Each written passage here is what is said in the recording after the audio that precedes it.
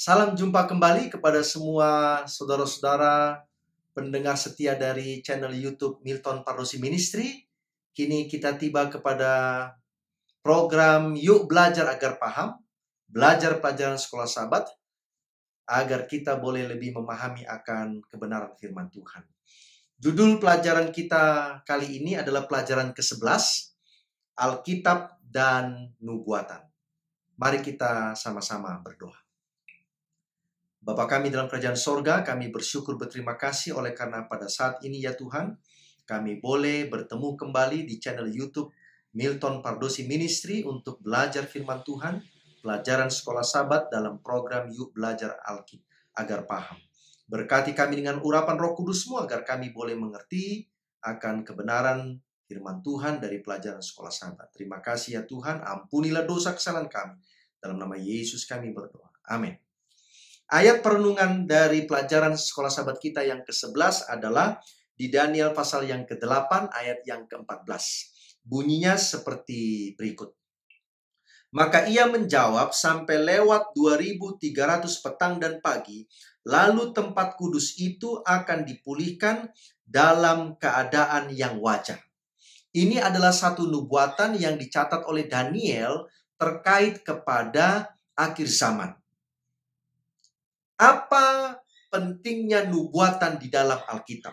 Saya mencatat paling tidak ada 4 pentingnya nubuatan dalam Alkitab, khususnya dalam pemahaman gereja Masih Advent hari ke-7. Yang pertama adalah, nubuatan itu berarti dimulai di masa yang lalu dan akan berakhir sampai nanti kedatangan Yesus yang kedua kali. Makanya disebut nubuatan. Tetapi sebagian sudah digenapi dan nanti akhirnya akan digenapi sampai nanti menjelang kedatangan Yesus yang kedua kali. Yang kedua, nubuatan itu ada dalam Alkitab agar para pembaca Alkitab percaya kepada Alkitab. Karena ketika nubuatan itu digenapi, maka kita akan menyatakan bahwa apa yang dikatakan Alkitab benar adanya. Yang ketiga, nubuatan itu ada dalam Alkitab untuk menegaskan keakuratan apa yang dikatakan oleh Alkitab. Akurat. Karena kalau sudah nubuatan apalagi menyangkut kepada tahun-tahun, maka itu harus betul-betul akurat. Dan yang keempat, nubuatan itu ada di dalam Alkitab untuk menjadi identitas khusus dan misi khusus dari gereja Tuhan. Secara khusus yaitu gereja Masih Advent hari yang ke-7. Selama zaman reformasi di abad pertengahan, para reformis ini mencoba untuk mempelajari, membuka nubuatan-nubuatan yang ada di Alkitab, khususnya dalam buku Daniel, berdasarkan metode historical method. Yaitu nubuatan-nubuatan itu dilihat dalam peristiwa-peristiwa sejarah yang ada di dunia ini. Nubuatan bersumber dari Allah. Allah adalah sumber dari nubuatan dan Allah juga yang melakukan nubuatan itu. Alkitab ini datang dari Allah. Di dalam Alkitab ada nubuatan. Dengan demikian, Alkitab adalah firman Allah, berarti nubuatan yang di dalam Alkitab adalah juga firman Allah, dan Allah lah yang melakukan nubuatan itu, dan sudah pada tentu. Karena Allah tidak berubah, Allah adalah Allah yang tepat, maka nubuatan itu pun akan tetap dan tepat dilaksanakan. Nubuatan terjadi di masa lalu dan terus berlangsung tanpa ada gap yang kosong di antara yang sudah terjadi dan yang masih belum terjadi. Karena nubuatan itu adalah sebuah sejarah yang lurus. Yang ada awalnya dan yang ada akhirnya. Dan ini berkesinambungan, tidak ada yang putus atau hilang.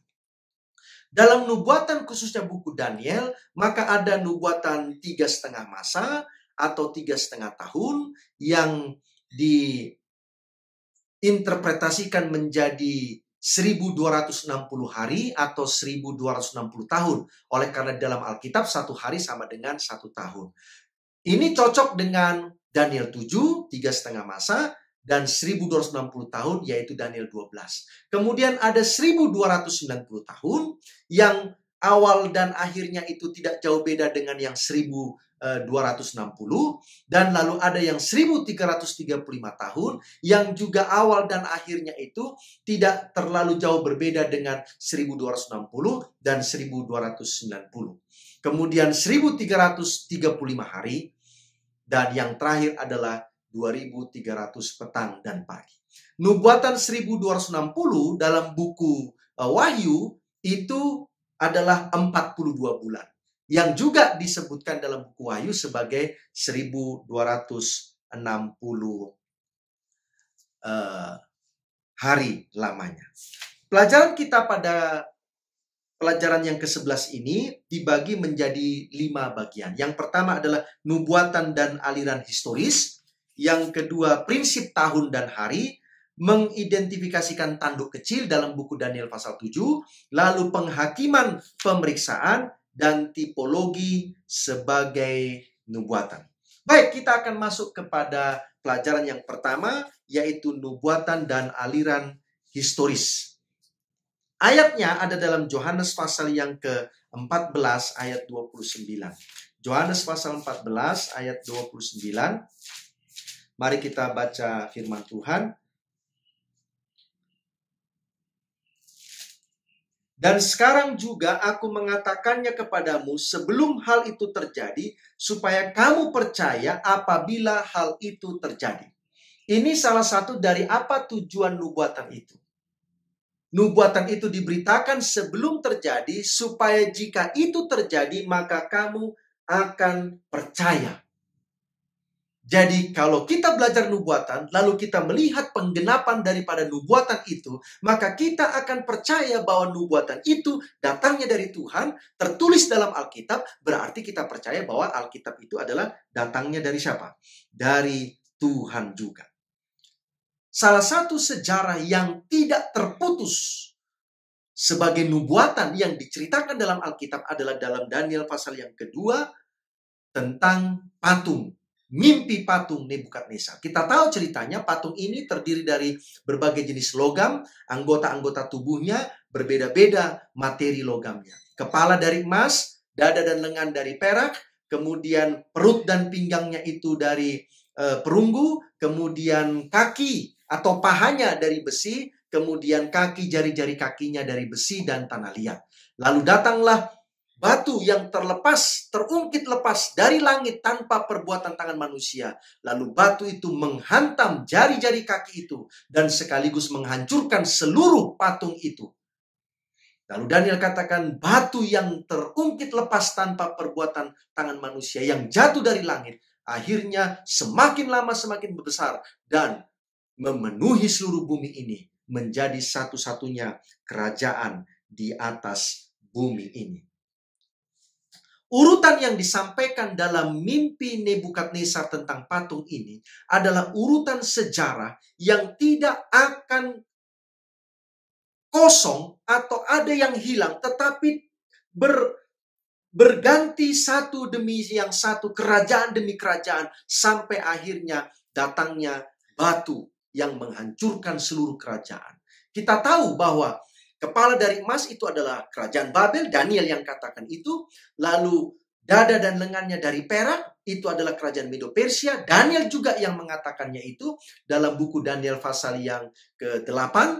Lalu perut dan pinggangnya itu adalah kerajaan Yunani. Daniel juga yang menyebutkan bahwa itu adalah kerajaan Yunani di Daniel pasal yang ke-8. Kemudian paha itu dari besi. Ini adalah kerajaan Romawi. Oleh karena setelah perjanjian lama selesai, maka perjanjian baru disebutkan tentang kerajaan Romawi yang memerintah bukan saja di Israel, tapi juga di dunia pada waktu itu. Kemudian jari-jari kaki yang terbuat dari besi dan tanah liat, itulah pecahan dari kerajaan Romawi yang menjadi 10 kerajaan di Eropa.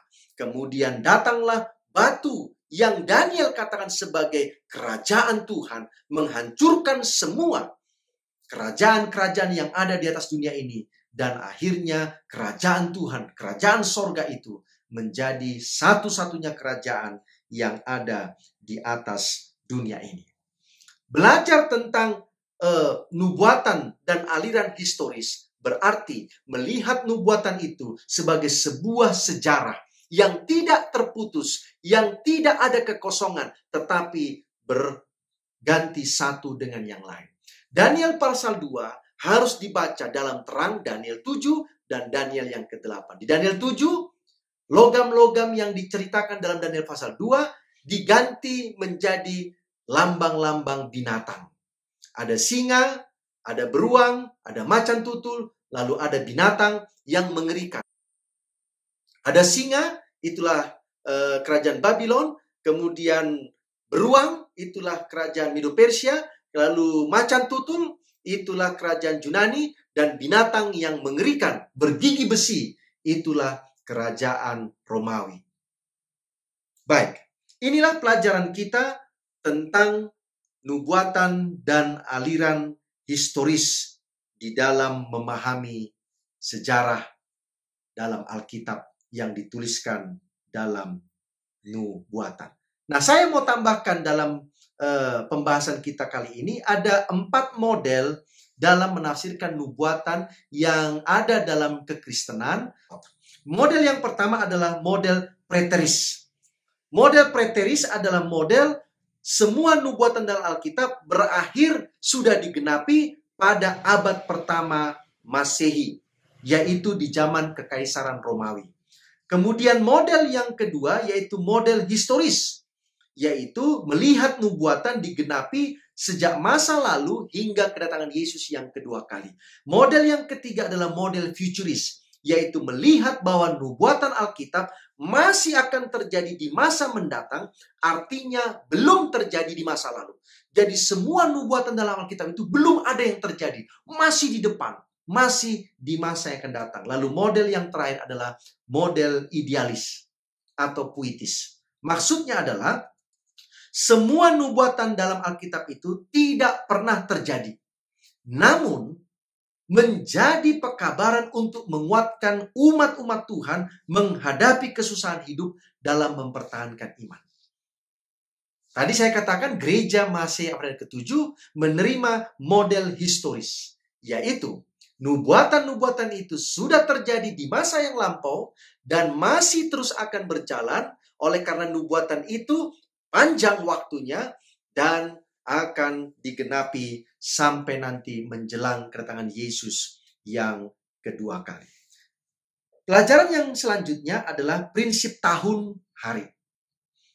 Ketika kita mempelajari nubuatan yang menyangkut kepada waktu, maka Alkitab memberikan standar. Alkitab memberikan cara untuk menginterpretasikannya, yaitu 1 hari dalam nubuatan itu adalah 1 tahun di dalam penggenapan sejarahnya.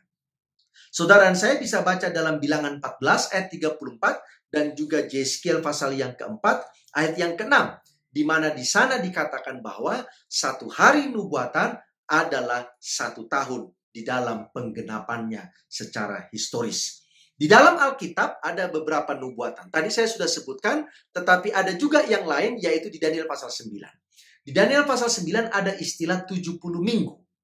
70 minggu itu berarti 1 minggu ada 7 hari. 70 minggu berarti 70 kali 7 hari. 490 hari.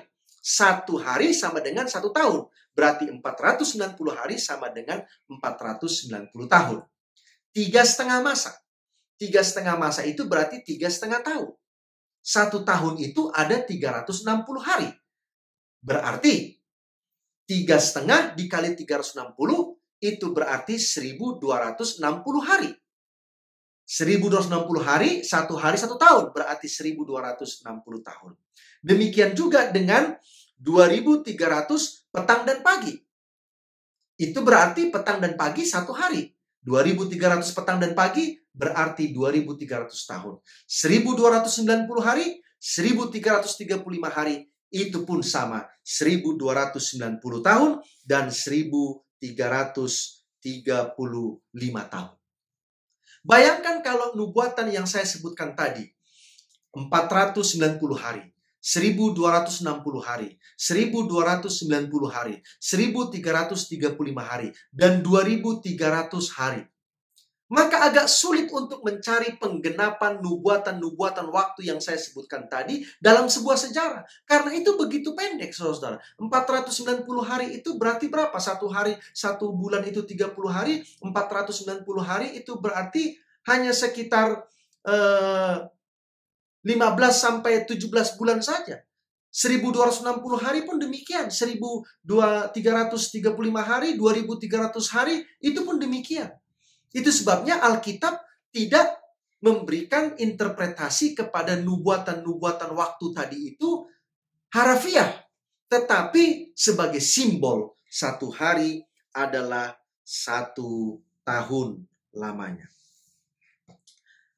Fakta sejarah mencatat bahwa proses penggenapan nubuatan itu tidaklah begitu pendek, begitu singkat.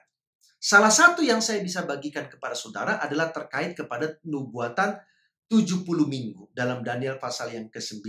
Nubuatan 70 minggu itu diberikan khusus kepada bangsa Israel untuk mereka kembali pulang dari pembuangan di Babylon dan membangun kembali tembok Yerusalem, kota Yerusalem, pemerintahan di Yerusalem, bait suci yang ada di Yerusalem. Semuanya dibangun kembali.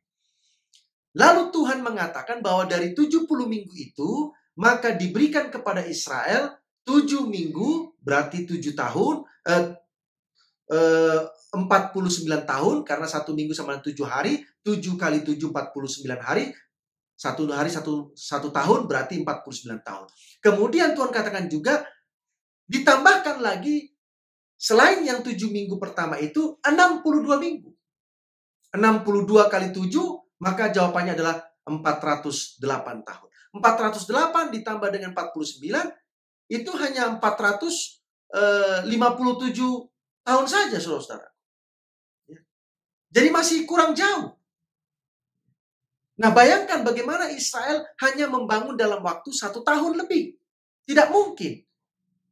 Tidak mungkin bangsa ini memulihkan kembali semua yang dulu ada di negeri Israel itu hanya dalam waktu sekitar 470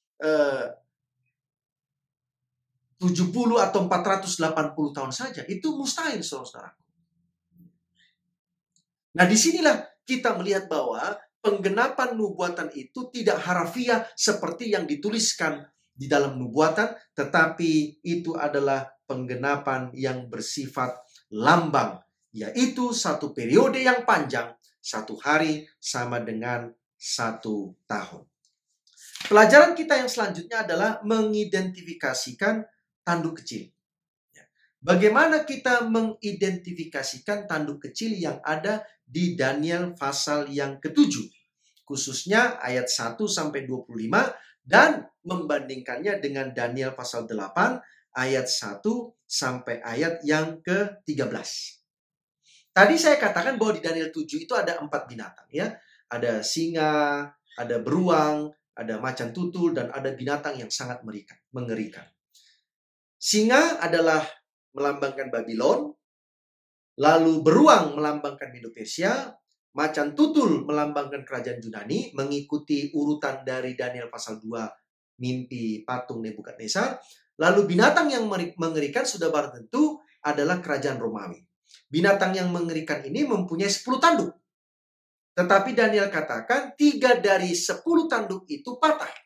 Lalu muncullah 1 tanduk yang disebut oleh Daniel sebagai tanduk kecil.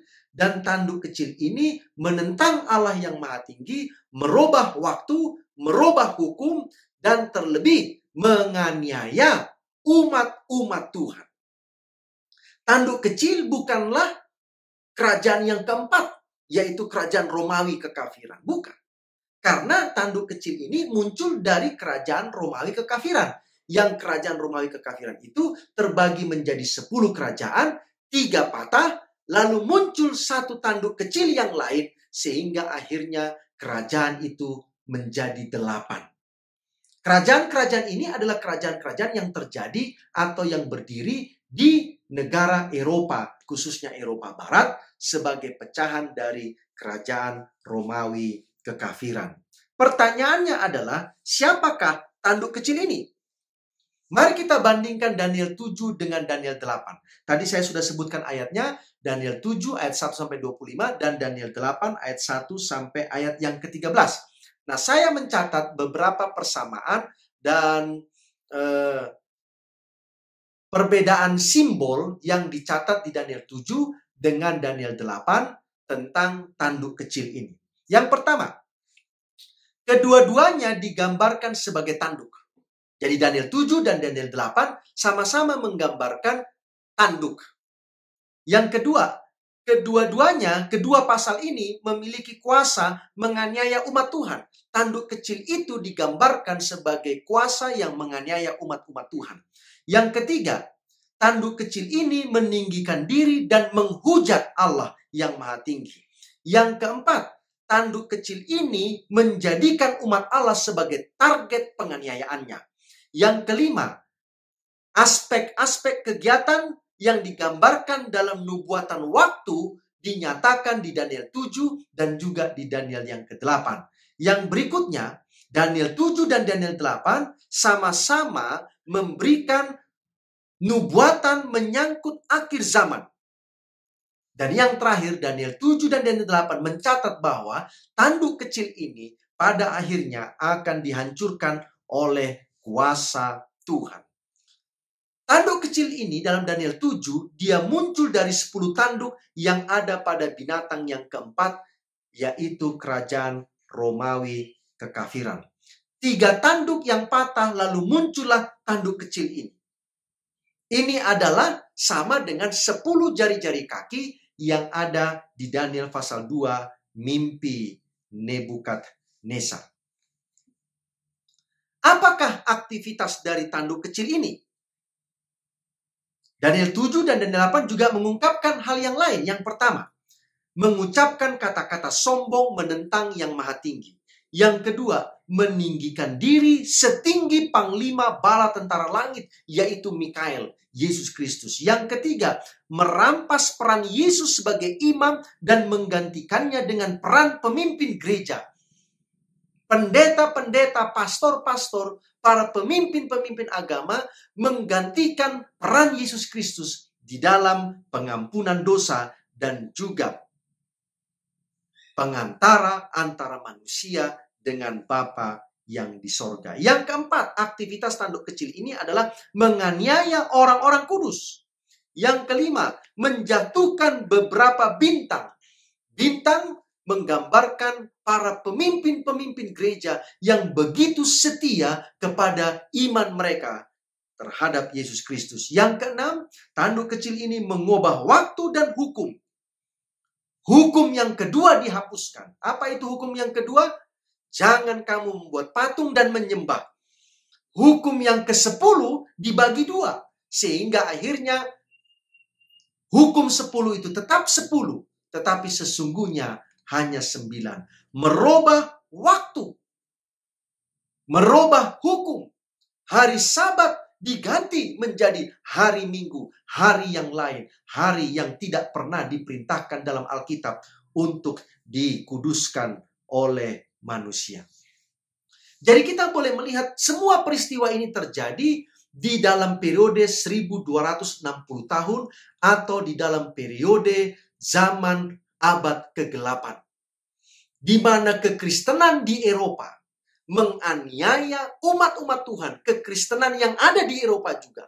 Di Eropa terjadi 2 jenis kekristenan. Kekristenan yang melawan kebenaran Tuhan dan kekristenan yang menerima kebenaran Tuhan. Kekristenan yang melawan kebenaran Tuhan ini menganiaya kekristenan yang berpegang kepada firman Tuhan. Itu yang mengakibatkan terjadi apa yang disebut dunia sebagai Dark Ages atau zaman kegelapan, di mana terang firman Tuhan tidak lagi bisa menunjukkan terangnya. Oleh karena Alkitab itu ditiadakan, Alkitab itu dijauhkan dari umat-umat Tuhan. Alkitab itu tidak lagi dipakai sebagai standar kebenaran, tetapi justru Alkitab itu disingkirkan. Tradisi gereja, tradisi ajaran-ajaran manusia, tradisi ajaran-ajaran dari orang-orang yang dianggap sebagai orang-orang suci justru mengendalikan iman dari gereja.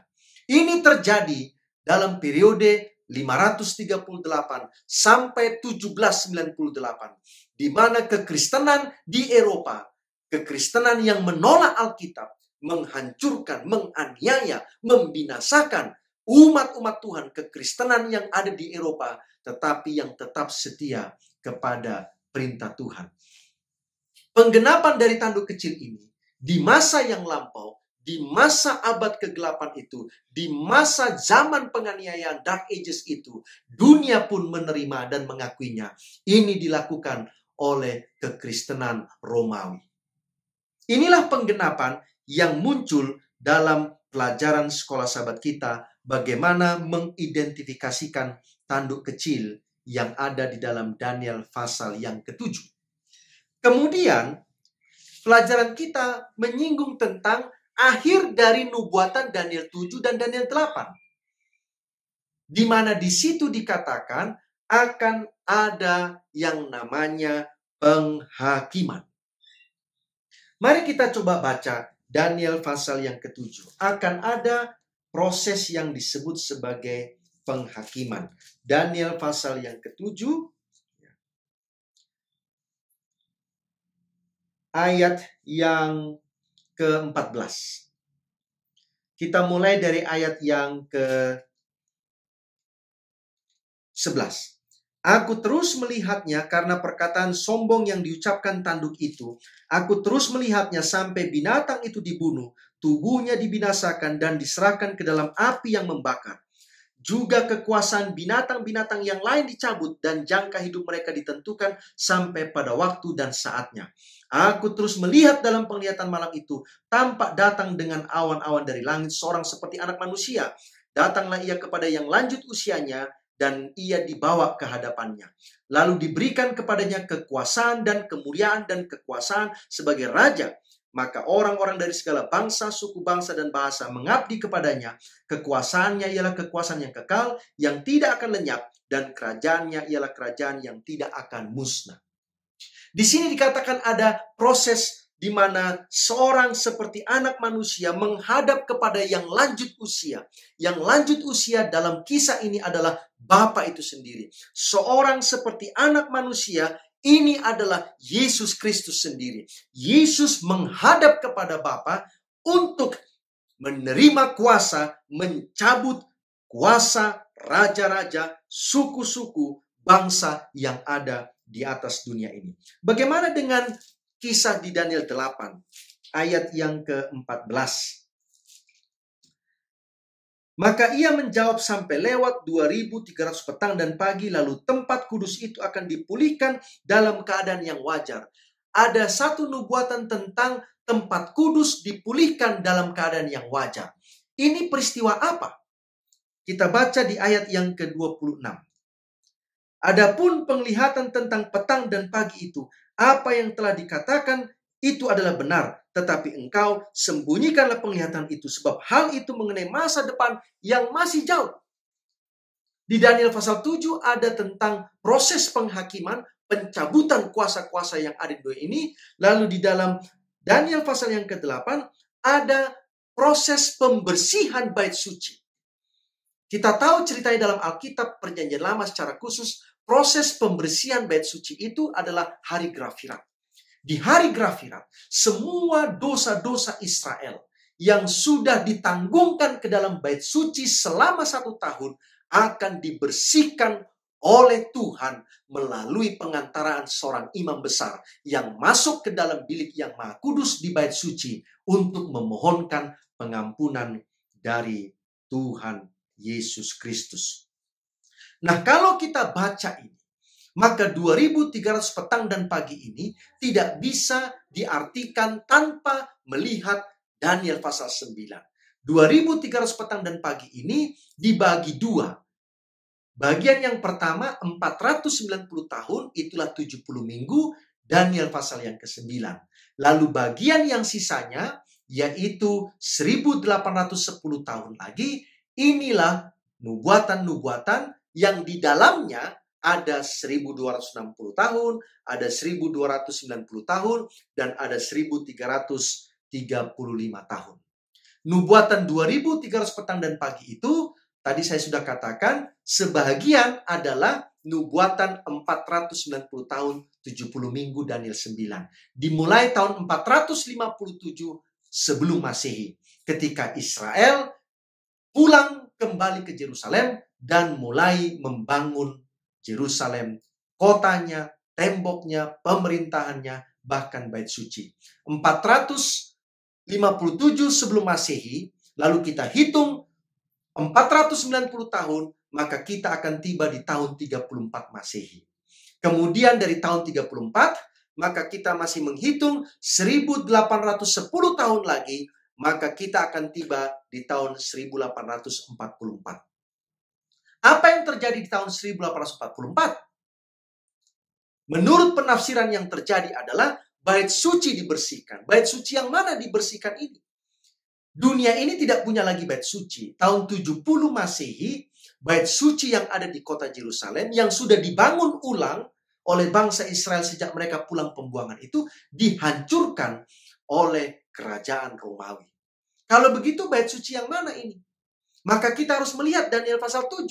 Tadi kita sudah baca ayatnya. Ada seorang anak manusia datang menghadap Bapa yang lanjut usianya itu, dan dia menerima kuasa untuk mencabut semua kuasa-kuasa yang di atas dunia ini. Daniel pasal 8 ayat 14 menceritakan tentang Yesus mengadakan proses penghakiman. Karena pembersihan bait suci itu terkait kepada proses penghakiman, membersihkan, memeriksa semua dosa-dosa yang sudah ditanggungkan selama 1 tahun di bait suci dunia yang dibangun oleh Musa. Mari kita lihat sekarang perbandingan. Saya bacakan ya. Daniel 7 ada cerita tentang Babel, singa. Daniel 8 tidak ada cerita tentang Babylon. Daniel 7 ada cerita tentang Medo Persia, yaitu binatang beruang. Di Daniel 8, Medo Persia itu adalah kambing. Daniel 7 ada macan tutul, itulah kerajaan Yunani. Lalu di Daniel 8, itulah domba jantan, kerajaan Yunani. Lalu di Daniel pasal yang ke-7 ada Romawi kekafiran, itulah binatang yang keempat. Di Daniel 8, Romawi kekafiran itu digambarkan juga menjadi tanduk kecil. Tetapi tanduk ini bergerak secara horizontal. Ya, horizontal. Di Daniel pasal yang ke-7, maka binatang yang keempat, binatang yang mengerikan itu bertanduk 10, 3 patah, muncul tanduk kecil yang lain, maka itu menggambarkan kekristenan Romawi di abad pertengahan, di abad kegelapan, Dark Ages. Di Daniel pasal yang ke-8, itu digambarkan juga dengan tanduk kecil. Tetapi tanduk kecil ini tidak lagi bergerak horizontal, tetapi bergerak vertikal. Oleh itu, dia menentang Allah yang Maha Tinggi, merubah hukum Allah, merampas tanggung jawab atau pekerjaan Yesus sebagai juru selamat, dan juga memberikan pengampunan dosa kepada manusia. Sekarang kita tiba kepada hari pelajaran terakhir, yaitu tipologi sebagai nubuatan. Apa maksudnya tipologi sebagai nubuatan ini? Ini menceritakan tentang apa yang dinubuatkan di dalam Alkitab, khususnya Perjanjian Lama, itu merujuk kepada Yesus Kristus sendiri. Jadi, apa yang dituliskan di dalam Alkitab itu merujuk kepada Yesus dan juga pekerjaan-pekerjaan dari Yesus Kristus, baik ketika dia datang yang pertama sekali sebagai Mesias, sebagai juru selamat, mati di kayu salib, lalu bangkit dan naik ke sorga, dan nanti ketika dia datang yang kedua kali, pada waktu dia akan menjemput umat-umat Tuhan, membangkitkan umat-umat Tuhan yang sudah mati, dan mengubah tubuh umat-umat Tuhan yang masih hidup, sehingga mereka memiliki tubuh yang kekal dan siap untuk dibawa ke dalam kerajaan sorga. Ada beberapa ayat-ayat yang saya catat di dalam Alkitab yang ada dalam buku pelajaran kita ini, yang merupakan tipologi merujuk kepada Yesus dan juga aktivitas Yesus Kristus. Sebagai contoh, dalam Matius 12 ayat 40, sebagaimana Yunus dalam perut ikan selama 3 hari, ini menggambarkan Yesus juga ada dalam perut bumi selama 3 hari. Dalam Yohanes pasal 19 ayat 36, tulang-tulang Yesus tidak ada yang patah, sebagaimana dinubuatkan dalam perjanjian lama, yaitu Bilangan pasal 9 ayat 12 dan Keluaran 12:46 serta Mazmur 34 ayat 21. Kemudian dalam Yohanes 3 ayat 14 dan 15, ular yang ditinggikan Musa di padang gurun menggambarkan Yesus yang ditinggikan di atas bumi melalui penyalipan. Roma 5 ayat 14, Adam yang diciptakan sebagai manusia yang pertama, dan dari Adam semua manusia jatuh ke dalam dosa. Ini menggambarkan juga Yesus sebagai Adam yang kedua, dan melalui Yesus Kristus maka manusia mempunyai kesempatan untuk memperoleh kehidupan yang kekal. Yohanes 1 ayat 29, anak domba yang disembelih di bait suci itu untuk mendapatkan pengampunan dosa menggambarkan anak domba Allah yang disembelih, disalibkan agar manusia boleh mendapatkan kehidupan yang kekal. Dalam 1 Korintus pasal 10 ayat 1-13, Paulus menuliskan kisah bangsa Israel keluar dari Mesir dan mengembangkan tipologi berdasarkan pengalaman Israel di padang belantara menjadi pengalaman rohani bagi jemaat di Korintus.